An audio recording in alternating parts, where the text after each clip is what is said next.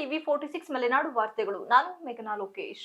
ಸ್ಥಳೀಯ ಸಂಸ್ಥೆಗಳಲ್ಲಿ ಸೇವೆ ಸಲ್ಲಿಸುತ್ತಿರುವ ಕಾಯಂ, ದಿನಗೂಲಿ, ಗುತ್ತಿಗೆ, ಹೊರಗುತ್ತಿಗೆ, ಕ್ಷೇಮಾಭಿವೃದ್ಧಿ ಹಾಗೂ ನೇರ ಪಾವತಿ ವೃಂದದ ಸಿಬ್ಬಂದಿಗಳ ಬೇಡಿಕೆ ಈಡೇರಿಕೆಗೆ ಸಂಬಂಧಿಸಿದಂತೆ ನಡೆಯುತ್ತಿರುವ ಹೋರಾಟಕ್ಕೆ ಶಾಸಕ ಸಿಮೆ ಅವರು ಬೆಂಬಲ ವ್ಯಕ್ತಪಡಿಸಿದರು.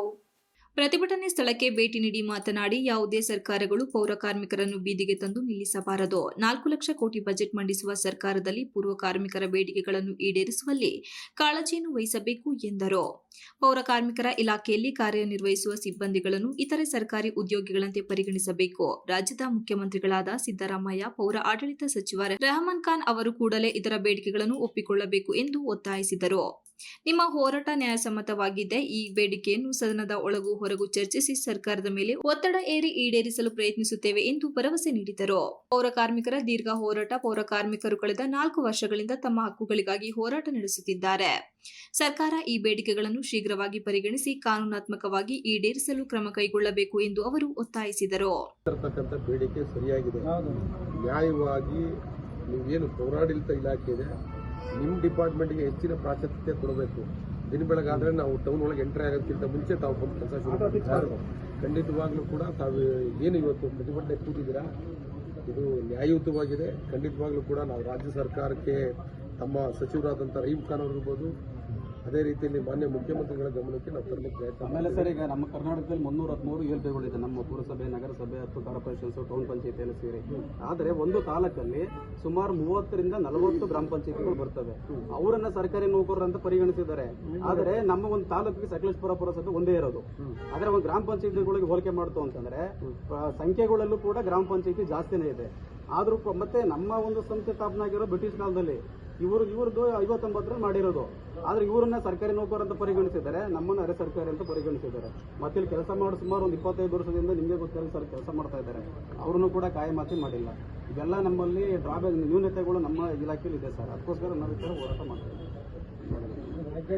ಪುರಸಭಾ ಸಿಬ್ಬಂದಿ ಶ್ರೀನಿವಾಸ್ ಮಾತನಾಡಿ, ನಾವು ದೀರ್ಘಕಾಲದಿಂದ ಸೇವೆ ಸಲ್ಲಿಸುತ್ತಿದ್ದರೂ ಕಾಯಂ ಉದ್ಯೋಗ, ಸಮಾನ ವೇತನ, ಜಿಪಿಎಫ್, ಆರೋಗ್ಯ ಸೌಲಭ್ಯಗಳಂತಹ ಮೂಲಭೂತ ಹಕ್ಕುಗಳಿಂದ ವಂಚಿತರಾಗಿದ್ದೇವೆ. ಕರ್ನಾಟಕ ನಾಗರಿಕ ಸೇವಾ ನಿಯಮ 1976 ಪೌರ ನೌಕರರಿಗೆ ಅನ್ವಯಿಸಬೇಕು. ಜಿಪಿಎಫ್, ಕೆಜಿಐಡಿ, ಜ್ಯೋತಿ ಸಂಜೀವಿನಿ ಸೇರಿದಂತೆ ಸರ್ಕಾರಿ ನೌಕರರಿಗೆ ಲಭಿಸುವ ಸೌಲಭ್ಯಗಳನ್ನು ವಿಸ್ತರಿಸಬೇಕು. ನಾವು ನಿರಂತರವಾಗಿ ನೇರ ಪಾವತಿಗೆ ಒಳಪಡುವಂತೆ ಆಗ್ರಹಿಸುತ್ತಿದ್ದೇವೆ. ನೇಮಕಾತಿ, ವೇತನ, ಸಮಾನತೆ ಹಾಗೂ ಶಾಶ್ವತ ಹುದ್ದೆಗಳ ಮಂಜೂರಾತಿಯು ನಮ್ಮ ಮುಖ್ಯ ಬೇಡಿಕೆಗಳಾಗಿವೆ ಎಂದರು. ಮೃತ ನೌಕರರ ಕುಟುಂಬಕ್ಕೆ ಪರಿಹಾರ ಹಾಗೂ ಗೃಹ ಭಾಗ್ಯ ಯೋಜನೆಯ ವಿಸ್ತರಣೆಯೂ ಸಹ ತುರ್ತು ಅಗತ್ಯವಾಗಿದೆ. ಸರ್ಕಾರ ಈ ಎಲ್ಲ ಬೇಡಿಕೆಗಳನ್ನು ಗಂಭೀರವಾಗಿ ಪರಿಗಣಿಸಬೇಕು ಎಂದು ಹೇಳಿದರು. ಮೂಲಭೂತ ಸೌಕರ್ಯ ಒದಗಿಸೋದಾಗಿರ್ಬೋದು, ಬೇರೆ ಯಾವುದೇ ಒಂದು ಕಾಮಗಾರಿಗಳನ್ನು ಕೈಗೊಳ್ಳಕ್ಕೆ ಆ ದುಡ್ಡು ಸಾಲಕ್ಕೆ ಇಲ್ಲ. ಅಂಥದ್ರಲ್ಲಿ ಆ ಒಂದು ಜನರ ಫಂಡಲ್ಲಿ ನಾವು ಈ ಥರ ಅವ್ರಿಗೆ ವೇತನವನ್ನು ನೀಡ್ತಾ ಹೋದರೆ ನಾವು ಸಾರ್ವಜನಿಕರ ಕೆಲಸಗಳು ಮತ್ತು ಅಭಿವೃದ್ಧಿ ಕಾರ್ಯಗಳನ್ನು ಯಾವುದೂ ಕೈಗೊಳ್ಳಕ್ಕೆ ಆಗಿಲ್ಲ. ಮತ್ತು ಈಗಾಗಲೇ ಸುಮಾರು 20 ರಿಂದ 25 ವರ್ಷಗಳ ಕಾಲ ಈಗ ಸ್ಥಳೀಯ ಸಂಸ್ಥೆಗಳಲ್ಲಿ ದಿನಗೂಲಿ ನೌಕರರಾಗಿರ್ಬೋದು, ಮತ್ತು ಕ್ಲೀನರ್ಸ್ ಆಗಿರ್ಬೋದು, ಲೋಡರ್ಸ್ಗಳಾಗಿರ್ಬೋದು, ಮತ್ತು ಕ್ಷೇಮಾಭಿವೃದ್ಧಿ ಬರೋಂಥವ್ರು ಎಲ್ಲರೂ ಕೂಡ ಕೆಲಸ ಮಾಡ್ತಿದ್ದಾರೆ. ಮತ್ತು ನಮ್ಮನ್ನು ಮತ್ತು ಡಾಟಾ ಎಂಟ್ರಿಗಳಿದ್ದಾರೆ, ನೋಡಲ್ ಇಂಜಿನಿಯರ್ಸ್ಗಳು ಈಗಾಗಲೇ ಒಂದು 2 ವರ್ಷದಿಂದನೂ ಅವರು ಎಲ್ಲ ಒಂದು ಯೂಲ್ಬೆಗಳಲ್ಲಿ ಕೆಲಸ ಮಾಡ್ತಿದ್ದಾರೆ. ಆದರೆ ಸಂಬಳ ಇಲ್ಲ ಅವ್ರಿಗೆ. ಅವರು ಮತ್ತು ಜೂನಿಯರ್ ಪ್ರೋಗ್ರಾಮ್ಸ್ಗಳಾಗಿರ್ಬೋದು, IT ಮತ್ತು ಅಕೌಂಟ್ ಕನ್ಸಲ್ಟೆಂಟ್ ಅನ್ನೋರಿದ್ದಾರೆ. ಮತ್ತು ಇವರನ್ನೆಲ್ಲ ಒಂದು ಕಾಯಮಾತಿ ಮಾಡಬೇಕಿಲ್ಲ ಅಂದರೆ ಅಂಥವ್ರು ಸಮಾನ ಕೆಲಸಕ್ಕೆ ಸಮಾನ ವೇತನನಾದರೂ ಮಾಡಿಕೊಡ್ಬೇಕು. ಈ ಥರ ಮಾಡಿದಾಗ ನಾವು ನಮ್ಮ ಒಂದು ಆರ್ಥಿಕ ಒಂದು ಪರಿಸ್ಥಿತಿ ಸುಧಾರಣೆ ಆಗುತ್ತೆ. ನಮ್ಮ ಒಂದು ಮುಖ್ಯವಾದ ಬೇಡಿಕೆಗಳನ್ನು ಇವತ್ತು 20 ಬೇಡಿಕೆಗಳನ್ನು ಇಟ್ಟಿದ್ದಾರೆ.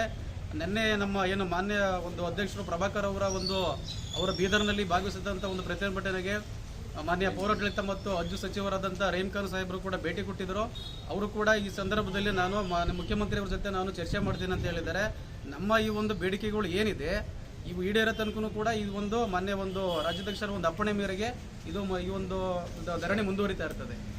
ಈ ಸಂದರ್ಭದಲ್ಲಿ ಕಂದಾಯ ಅಧಿಕಾರಿ ಪ್ರಕಾಶ್, ವ್ಯವಸ್ಥಾಪಕ ಮಹೇಶ್, ಸಿಇಒ ನಟರಾಜ್, ಪೌರ ಕಾರ್ಮಿಕ ಸಂಘದ ಅಧ್ಯಕ್ಷ ಸೋಮಶೇಖರ್, ಸಿಬ್ಬಂದಿಗಳಾದ ಗಂಗಾಧರ್, ವರದರಾಜ್, ರೇವಣ್ಣ, ಚಂದ್ರಣ್ಣ ಮತ್ತು ಇತರರು ಉಪಸ್ಥಿತರಿದ್ದರು. M B Umesh, TV 46 Malenadu news, Sakleshpur.